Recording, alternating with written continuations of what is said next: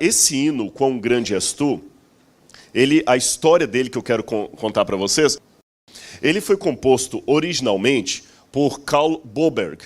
Mas composto de que maneira? Na verdade, Carl Boberg, ele não fez um hino propriamente dito. O que aconteceu foi o seguinte: ele era sueco e ele se converteu a Deus depois de uma pregação em que ele viu uma grande tempestade, trovão, raio caindo, muito vento, muito vendaval, e ele ficou assustado com aquela tempestade, mas ao mesmo tempo ele viu tanto o poder de Deus através daquilo ali, que ele resolveu fazer, em 1885, depois da conversão dele, um poema baseado na conversão dele. Ele rascunhou, naquela noite mesmo, um poema, falando da conversão dele, como é que ele sentia Deus através dos raios, dos trovões, do vento e da chuva. Depois disso, ele logo que se converteu, ele começou a pregar como pregador leigo nas igrejas. E ele fez um sermão baseado no Salmo 29. E um ano depois, ele melhorou o poema e publicou aquele poema que ele havia feito sobre o poder de Deus em meio à tempestade, à tormenta. E qual foi a surpresa dele quando 2 anos depois, em 1888, quando ele foi pregar numa pequena igreja, os irmãos levantaram, começaram a tocar no órgão uma melodia de um hino folclórico sueco, e quando começaram a cantar, ele se surpreendeu porque a letra que eles estavam cantando era o poema que ele tinha composto. Aí, aquele ficou muito famoso na Suécia, aquela música sueca com aquele poema, quando foi em 1907, alguém traduziu para o alemão. E começaram a cantar essa música agora em alemão. Depois, em 1912, alguém traduziu para o russo. Aí foi a vez de entrar em cena Stuart Kinney Hine. Stuart Kinney Hine, ele e a esposa dele foram missionários em vários países ali. Na época ainda era antes da União Soviética ali, era os czar, o império do czarismo. E eles começaram a pregar e eles não sabiam muito falar russo. Mas o que eles fizeram? Como eles cantavam muito bem, ele e a esposa, eles ouviram aquela música em russo, que originalmente foi composto em sueco, traduzido para o alemão e traduzido para o russo. Ele e a esposa dele chegavam em praça pública e começavam a cantar em russo a primeira estrofe daquele hino. Aí as pessoas achavam bonito, começavam a chegar ali em volta, e aí eles aproveitavam para pregar a palavra de Deus. Até que em 1940, eles trouxeram esse hino para a Grã-Bretanha. Agora, olha que curioso como é que o hino demorou a ser composto parte por parte. Estamos em 1923, a época em que Kinney, com a esposa dele, faziam o dueto apenas da primeira estrofe em russo. Aí um dia eles estavam pregando numa cidade, eles não tinham onde ficar. E começou uma grande tempestade. E eles se refugiaram na casa de um professor da cidade, que foi o único que deu apoio para os dois ali. Missionário naquela época, não tinha hotel, não tinha onde ficar. Então eles falaram com aquele professor: puxa, obrigado porque você nos abrigou aqui. Ai, não, eu que agradeço, porque agora vocês vão ensinar para mim coisas da Bíblia Sagrada. E em meio àquela tempestade ali, Kinney teve uma ideia. Ele falou: olha, eu só estou cantando a primeira estrofe em russo, eu vou fazer uma estrofe em inglês. E ele com a esposa na janela, agradecendo a Deus pelas almas que se converteram pela pregação deles e vendo o poder de Deus através da tempestade, tiveram a mesma sensação espiritual que Boberg teve anos atrás. E com base nesse sentimento, eles puderam compor a primeira estrofe do hino Quão Grande És Tu, que eu queria convidar vocês a cantarem comigo. A primeira estrofe foi composta, então, em 1923, quando Kinney e a esposa dele tiveram uma experiência em meio à tempestade semelhante à de Boberg anos atrás.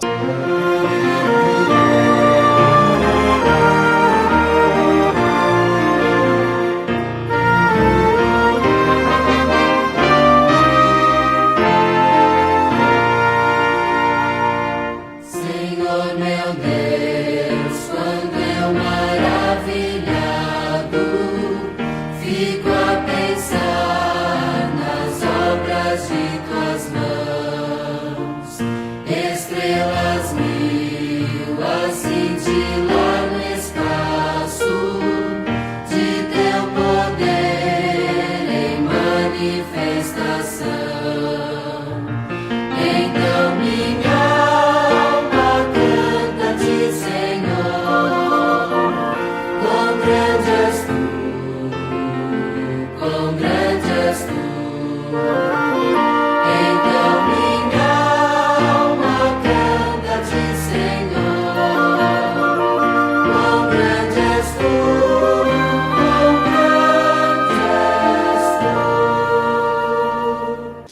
1931, Kinney e a esposa dele estavam preparando vários jovens para a missão.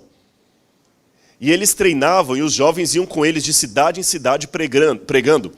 E quando eles passavam por umas fronteiras da Polônia, os jovens naquela época dormiam em barracas ou tendas no meio da floresta. De uma cidade para outra, iam a pé, às vezes no lombo de animais, pregando a palavra de Deus, não dava para pagar dinheiro de ferrovia para todo mundo. Mas ele notava com a esposa dele o ânimo daqueles jovens para pregar a palavra de Deus. Dormindo em colchão, em saco de dormir, no meio do mato, mesmo como se fosse um acampamento, e aqueles jovens felizes ali com a fogueira, e falando das glórias de Deus, das maravilhas de Deus, e ele falou com a esposa dele, puxa, que lindo, né? Em meio a essa natureza aqui, essas montanhas, os vales, eles não reclamam da comida, não reclamam de nada, só querem pregar a palavra de Deus. E a esposa dele falou, é verdade. Você não acha que aquele hino que nós fizemos mereceria uma segunda estrofe sobre o que nós estamos vendo aqui em meio à natureza? Ele falou, é verdade. E ele olhou num canto assim, viu os jovens olhando as estrelas, olhando os vales, as montanhas, preparados para pregar no dia seguinte numa nova cidade. E com base naquela visão ali, ele fez a segunda estrofe do hino em 1931. Vamos colocar a segunda? Se ao caminhar por campos e florestas, escuto as aves belas a cantar. Se estendo o olhar do alto da montanha, e a fonte além eu ouço a murmurar. Então minha alma canta-te, Senhor, quão grande és tu.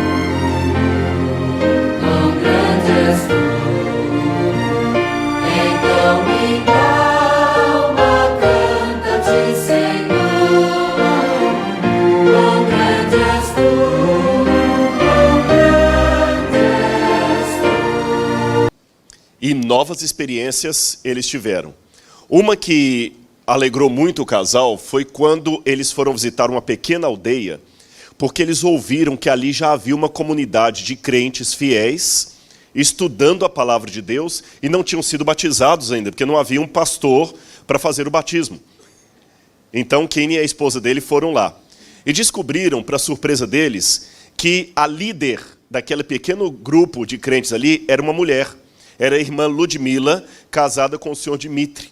Os dois eram camponeses. E, pasmem, a senhora Ludmila era a única que sabia ler naquela aldeia. E ele falou, como é que a senhora aprendeu a ler para pregar a Bíblia para eles? Ela falou o seguinte, eu pedi a Deus inspiração para ler o livro de capa preta. E a senhora aprendeu a ler sozinha na Bíblia? Sozinha. E como é que essa Bíblia apareceu aqui? Ela falou, quando houve a queda do Império dos Czars, um soldado russo correu, porque os soldados deram debandada, né, os que eram fiéis ao czar. E um soldado, no desespero, ao sair correndo, deixou cair para trás uma Bíblia. Eu peguei aquela Bíblia, senti que era uma coisa importante aquilo, porque falava de Deus. Ninguém na aldeia sabia ler, então eu orei a Deus e pedi a Deus para me ajudar a juntar as letras e aprender a ler. Falei com meu marido, ele orou comigo, eu aprendi a ler, e a única coisa que eu faço agora é abrir a Bíblia, leio, e o Espírito Santo dá as explicações. E ele perguntou, poxa, e qual foi a primeira mensagem da Bíblia que a senhora leu para o auditório? Sabem qual foi? São João 3,16. Porque Deus amou o mundo de tal maneira que deu o seu Filho unigênito para que todo aquele que nele crê não pereça, mas tenha a vida eterna. Que ele ficou tão emocionado que ele, depois do batismo daquele grupo de crentes, ele entrou no quarto, orou a Deus e sentiu a inspiração para fazer a terceira estrofe, que nós vamos cantar agora. Se penso então que sem poupar teu filho, o enviaste pra morrer por mim, levando à cruz os meus pecados todos, cante assim. Então minha alma canta-te, Senhor. Quão grande és tu, quão grande és tu. Então minha alma canta-te, Senhor. Quão grande és tu, quão grande és tu. Se aposentaram, mas isso não significa que deixaram de continuar pregando. Eles voltaram para Londres e agora já estávamos no período pós-guerra, 1948.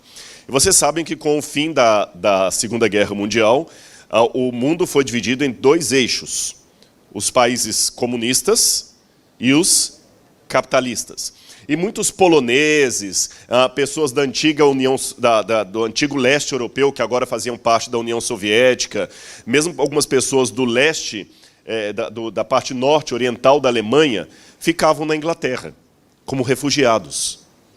E eles pediram: Kenny, você que ainda fala um pouco de russo, porque tem muitos lá que só falam russo, fala um pouco de ucraniano também, você não pode ir lá ajudar aquelas pessoas lá? Alguns são convertidos, outros não, mas você é a pessoa ideal para falar com eles de Deus, reforçando a fé ou convertendo aqueles que ainda não conhecem a mensagem.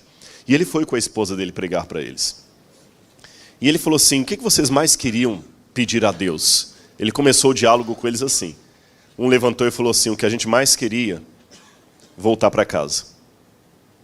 Estamos aqui em Londres, no Reino Unido, mas sabe, a língua não é a nossa.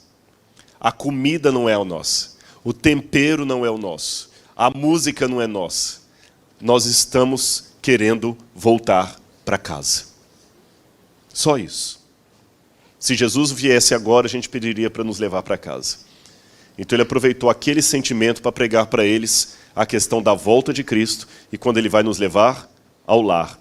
E já idoso, depois de tudo isso, ele compôs então a última estrofe do hino em 1948, que é a que nós vamos cantar agora.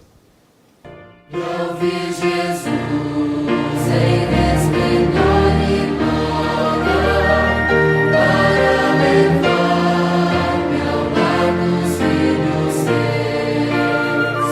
Prostrar-me-ei em gratidão infinita, e exclamarei: quão grande és tu, meu Deus. Então minha alma canta-te, Senhor. Quão grande és tu, quão grande és tu. Então minha alma canta-te, Senhor. Quão grande és tu, quão grande és tu. Olha como é que Deus trabalha. Desde 1885 até 1948 foi o que esse hino começou para ficar do jeito que nós o conhecemos hoje. Mas a história dele não para por aqui. George Shee visitou a Inglaterra e ouviu esse hino em inglês e achou lindo. Levou e apresentou para um pregador pouco conhecido chamado Billy Graham. E tornou-se um dos hinos prediletos de Billy Graham nas grandes cruzadas que Billy Graham fazia para os Estados Unidos. E muitas pessoas se converteram na América pelo hino de Billy Graham. Depois o antigo quarteto Arautos do Rei fez uma versão para ele em português. A harpa cristã também fez, o cantor cristão. A Voz da Profecia, a antiga Voz da Profecia, tinha o programa do pastor Roberto Mendes Rabelo e o quarteto cantava Com Grande És Tu.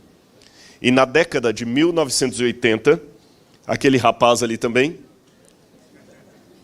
na laje de uma casa, contemplando as estrelas, ouvindo a gravação do programa Voz da Profecia sobre as estrelas do céu, ouvia o quarteto cantando Com Grande És Tu e falava: Senhor, ajude-me um dia a pregar essa mensagem. Vê como é que o Espírito de Deus vai soprando e agora vocês estão aqui recebendo esta mensagem. Ou seja, Deus realmente é grandioso.